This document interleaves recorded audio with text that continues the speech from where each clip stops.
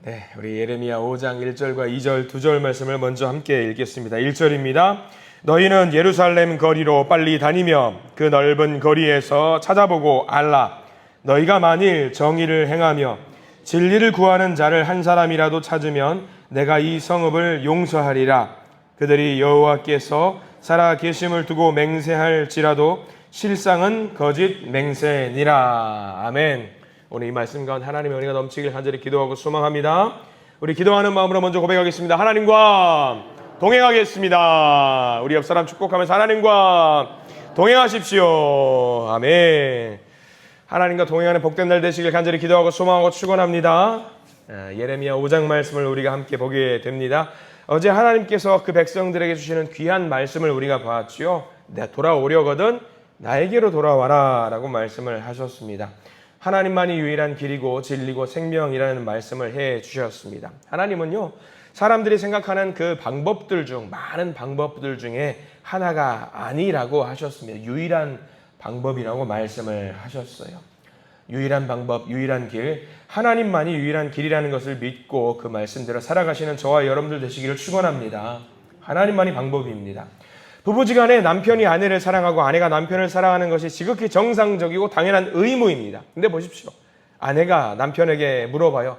당신 나 사랑해? 라고 물어봤을 때 남편은 당연히 뭐라고 말을 해야 되죠? 나는 당신을 사랑해 라고 말을 하는 게 맞습니다. 근데 이 고백에는 무슨 말이 담겨 있습니까? 당신만 사랑한다라는 이야기잖아요. 당신만. 만약에 그 남자가 고백을 하는데 당신도 사랑해 하면 어떻게 돼요?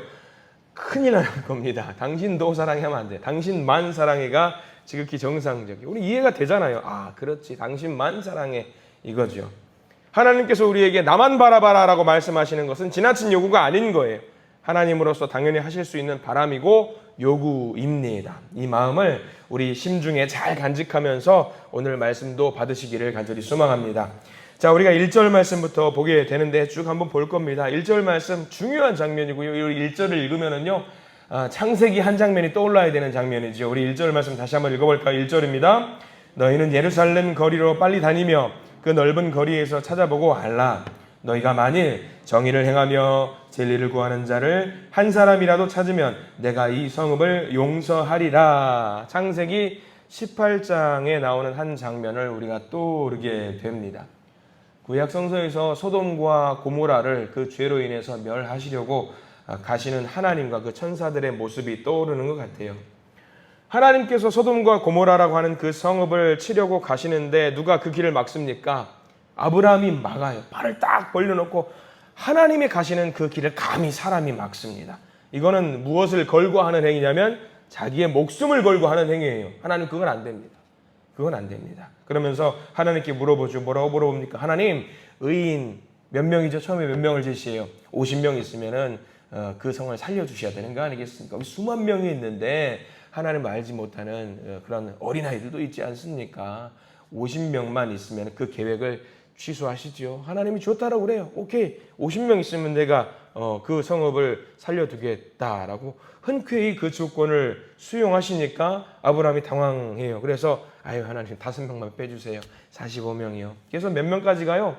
10명까지 가요. 10명까지 가서 하나님이 마지막으로 여쭙습니다. 10명만 있으면 어떻게 하시겠습니까? 살려줄게. 근데 어떻게 해요? 그 성읍이 소돔과 고모라는 결국 멸망을 당하잖아요. 근데 오늘 1절 말씀과 비교를 해보셔요. 굉장히 비교할 부분이 많이 있거든요. 오늘 말씀은 하나님이 몇 명만 찾으신다라는 거예요. 딱 한 사람 찾는 거예요. 한 사람 찾는 거예요. 한 사람이라도 찾으면 그 의인, 내 말씀대로 살아가는 그 의인, 진리대로 살아가는 그 사람 한 사람만 찾으면은 내가 살려주겠다라고 하는 거예요.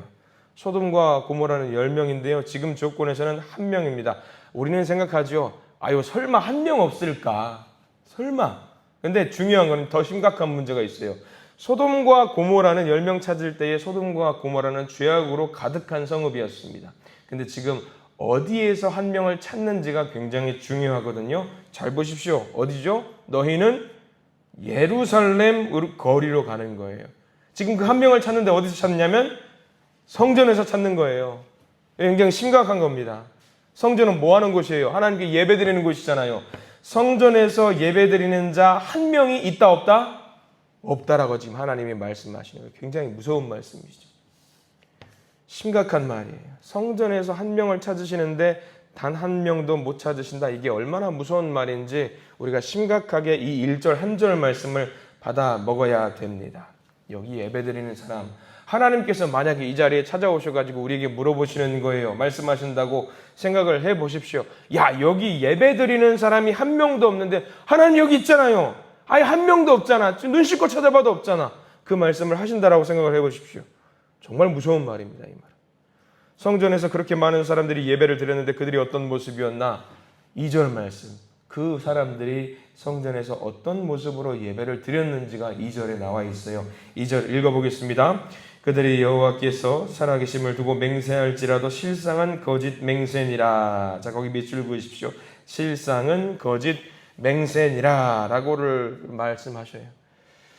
예배를 드리긴 해요. 성전에서 예배를 드리긴 합니다. 기도를 하기는 합니다. 찬양을 하기는 합니다. 근데 그 사람들이 그 모든 것을 예배, 찬양, 말씀, 기도를 뭘로 했다는 거예요? 거짓으로 했다는 거죠. 거짓으로. 예레미야가 마음이 답답한 거예요. 설마, 그래도 아니겠지. 그래도 아닐 거야. 어떻게든 예레미야가 그 한 사람을 찾아보려고 답답한 마음에 이제 발 동동 구르면서 막 사방팔방을 돌아다니는 거예요. 한 사람은 있겠지. 한 사람은 있을 거야. 라고 하면서 찾아다니는데 그 3절부터 찾아다니는 모습이 3절에 나와 있어요. 좀 긴 내용인데 천천히 우리 3절 말씀 읽어보겠습니다. 3절입니다. 여호와여, 주의 눈이 진리를 찾지 아니하시나이까? 주께서 그들을 치셨을지라도 그들이 아픈 줄을 알지 못하며 그들을 멸하셨을지라도 그들이 징계를 받지 아니하고 그들의 얼굴을 바위보다 굳게 하여 돌아오기를 싫어함으로 라고 나와 있어요. 예레미야가 찾고 있어요. 도무지 정말 그렇게 예배 드리는 사람이 없는 거예요. 와, 이렇게 없을 수가 있을까? 자기가 찾아봐도 없는 거예요.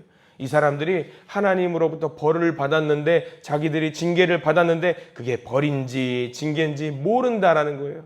너무 완고해져서 말씀을 말씀으로도 받지 않고 벌을 벌로도 받지 않고 징계를 받고도 이게 징계하면서 둔감해져서 말씀을 들어도 예배를 드려도 그런 geb이다 하면서 넘어가는 거죠. 하나님이 지금 이스라엘 백성들에게만 이 말씀을 하고 계시는 거 아닙니다. 이 말씀, 이 새벽에, 이 아침에 이 말씀 주시는 이유를 우리가 알아야 돼요. 지금 이 말씀은요, 우리 들으라고 하시는 말씀이에요. 우리도 때로는 예배를 드리면서 찬양을 하면서 기도를 하면서 이러한 이스라엘 백성들처럼 완고한 마음을 갖고 있을 때가 있다라는 거죠. 어떤 일을 하고 어떤 상황에 처했을 때 분명 마음으로는 하나님께 예배 드린다라고 우리는 생각을 하지만 말씀을 주시는데 이 말씀을 우리가 받아먹지 못하고 완고하게 다 거부할 때가 있다라는 거죠. 그러면 우리는 돌아서야 돼요. 우리가 말씀을 하루에 한 장씩 우리에게 주시는 이유가 무엇이냐? 지금 내게 주시는 말씀이구나. 내게 하시는 말씀이구나. 근데 때로는 우리는 무뎌져가지고 이 말씀 뭐 어때? 할 때가 얼마나 많습니까? 4절 보십시오. 이제는 안 되겠다 싶어가지고 찾아도 그 사람들이 없으니까 예레미야가 변론을 해요. 변호사가 되어가지고 이 이스라엘 백성들을 살리고자 변론을 하는데 4절 말씀 한번 읽어볼까요? 4절입니다. 내가 말하기를 이 무리는 비천하고 어리석은 것뿐이라 여호와의 길 자기 하나님의 법을 알지 못하니. 마치 아브라함이 팔 벌려서 그 하나님의 천사를 막는 장면과 같아요. 하나님, 이 사람들 지금 잘 몰라서 그래요. 그냥 하루하루 먹고 사는 것이 바빠요. 하나님의 말씀을, 이게 어려운 말씀이잖아요. 이 말씀 집중하지 못해서 그래요. 하나님, 이 사람들은요 사실 착한 사람들이에요 라고 지금 변론하고 있어요. 그래요. 예레미야 마음이 이해 안 되는 거 아니에요. 자, 그래서 예레미야가 그래, 이 사람들은 바빠서 말씀 볼 시간도 없고 하루하루 먹고 살기 바빠서 그래, 좀 안다는 사람들을 한번 찾아가 보자 라고 하는 말씀이 또 이제 5절 말씀. 5절은 이제 지도자들을 찾아가는 말씀이거든요. 5절 말씀 읽어보겠습니다. 내가 지도자들에게 가서 그들에게 말하리라. 그들은 여호와의 길 자기 하나님의 법을 안다 하였더니 그들도 일제히 멍에를 꺾고 결박을 끊은지라. 자, 거기 밑줄 그으십시오. 하나님의 법을 안다 하였더니. 자, 이 사람들 지도자들이 뭐라고 하요? 예루살렘 종교 지도자들, 어떤 나라를 치리하는 사람들이 안다. 나 그 말씀 안다. 그 말씀 읽었다. 나 그 말씀 봤다. 예레미야가 그 말을 듣고 희망을 잠시 가져요. 그래, 다행이다. 그래, 맞아. 하나님의 말씀을 아는 사람들이 있구나, 다행이다. 근데 앞불사 이게 웬일이에요? 지금 5절 말씀 끝자락 보니까 안다 하였더니 그들도 일제히 멍에를 꺾고 결박을 끊은지라라고요. 안다는 사람들이. 아니, 우리는 이 표현을 할 때 어떻게 표현을 쓰냐면은 죄의 멍에와 죄의 결박을 끊고 하나님께로 나아가야 된다라고 고백을 하죠. 그 좋은 거예요, 그거는. 죄의 멍에를 꺾는 거는 좋은 일이죠. 근데 지금은요, 이 멍에를 꺾고 나아가는데 누가 주시는 멍에를 꺾냐? 하나님이 주시는 멍에를 꺾는 거예요. 소가 멍에가 없으면 부담스러워서 나 이거 벗어버릴래 하면은 자유가 찾아온다라고 생각을 했나 봐요. 하나님이 주시는 멍에도 이거 나 너무 부담스러워라고 하면서 이거를 떨쳐내면은 살 수 있을 것이라고 생각을 했는데 아니에요.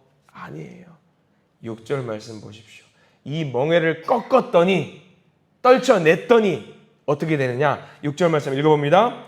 그러므로 숯불에서 나오는 사자가 그들을 죽이며 사막의 이리가 그들을 멸하며 표범이 성읍들을 엿본즉 그리로 나오는 자마다 찢기리니 이는 그들의 허물이 많고 반역이 심함이니이다. 사자가, 이리가, 표범이, 하나님이 주시는 멍에를, 이게 살리는 멍에라는 것을 인정하지 않고 완고해서 그걸 다 버리는 그런 사람들, 다 사자가, 이리가, 표범이 다 먹어버린다라는 이야기죠. 6절까지 말씀을 보면은 로마서 3장 10절 말씀, 여러분들이 아시는 말씀이 문득 떠오르셔야 되는 게 어쩌면 정상일지도 모를 것 같습니다. 기록된 바 의인은 없나니 하나도 없도다. 로마서 3장 10절 말씀, 딱 그 모습이 떠올라요. 자, 이렇게 하나님이 이런 상황들을 보시고 예레미야가 변론하려고 정말 열심히 다니면서 하나님을 막으려고 했던 그 모습을 보게 됩니다. 이 시대, 한 사람도 없는, 의인이 한 명도 없던 이 시대를 우리가 보게 됩니다. 정의가 메말라 버렸고 진리가 메말라 버린 이 시대, 우리가 어떻게 하면 좋을까?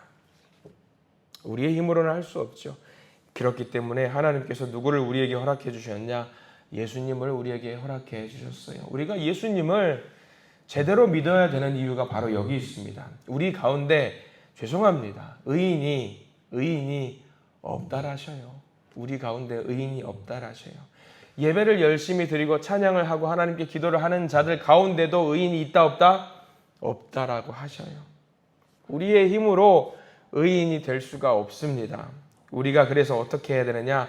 예수님을 믿어야 되는 이유가 거기 있는 거예요. 우리 힘으로 의인이 될 수 없으니까 진정한 의인 대신 예수님 바짓가랑이라도 붙잡고 살아야 된다라는 이야기인 거죠. 예수님을 믿음으로 말미암아서 우리가 구원을 얻을 수 있다는 사실을 믿으시기를 바랍니다. 하나님이 찾으시는 그 한 예배자, 한 사람이 바로 저와 여러분들이 되시기를 소망합니다. 하나님이 찾으시는, 하나님 제대로 한번 믿어보는 우리가 되기를 바랍니다. 제대로 믿어보십시오.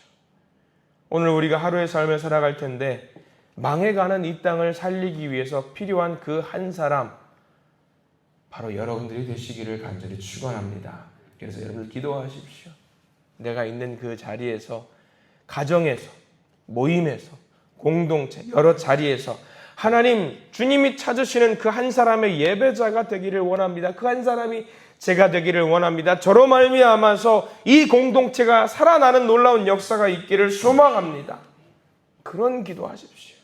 하나님, 우리 가정 살리기 위해서 저를 우리 가정 가운데 보내신 줄 믿습니다. 우리 가정 살리는 그 한 사람의 예배자가 되기를 소망합니다. 그래서 그 가정을 살리시고 그 교회를 살리시고 그 공동체와 모임을 살리시는 저와 여러분들 되시기를 이 시간 간절히 축원합니다. 기도하겠습니다. 거룩하신 하나님, 오늘 예레미야 5장 말씀을 통해서 우리를 돌아보게 하시니 감사를 드립니다. 하나님을 믿는다라고 말하면서도 하나님만을 의지하지 못하고 세상의 방법과 사람을 붙잡고 의지하며 살아왔던 우리들의 모습을 이 시간 회개하오니 우리의 완악한 마음, 우리의 연약한 마음을 용서하여 주시옵소서. 우리는 스스로 의인이 될 수 없음을 고백합니다. 우리의 의인은 오직 예수 그리스도 뿐이오니 십자가의 은혜로 우리를 새롭게 하시고 성령께서 끝까지 믿음을 지키도록 붙들어 주시옵소서. 하나님, 이 시대에 주님이 찾으시는 그 한 사람, 한 예배자, 한 찬양하는 사람이 되기를 소망합니다. 우리의 가정과 일터와 교회를 살리는 공의로운 사람, 진리를 행하는 사람이 되기를 소망하오니 예수 그리스도를 의지함으로 말미암아 주님이 찾으시는 그 한 사람이 되기를 소망하오니 우리를 붙들어 주시옵소서. 주님, 오늘 하루를 살아갑니다. 오늘 말씀 주신 이유가 있을 텐데 이 말씀 붙들고 살아갈 때에 오늘 하루를 살아가는 영의 양식으로 살아가게 하시고 이 말씀 붙들고 살아갈 때에 내 주변에 있는 많은 사람들을 살릴 수 있는 주님의 전도자가 될 수 있도록 저희들 인도하여 주시옵소서. 예수 그리스도의 이름으로 간절히 기도드립니다. 아멘.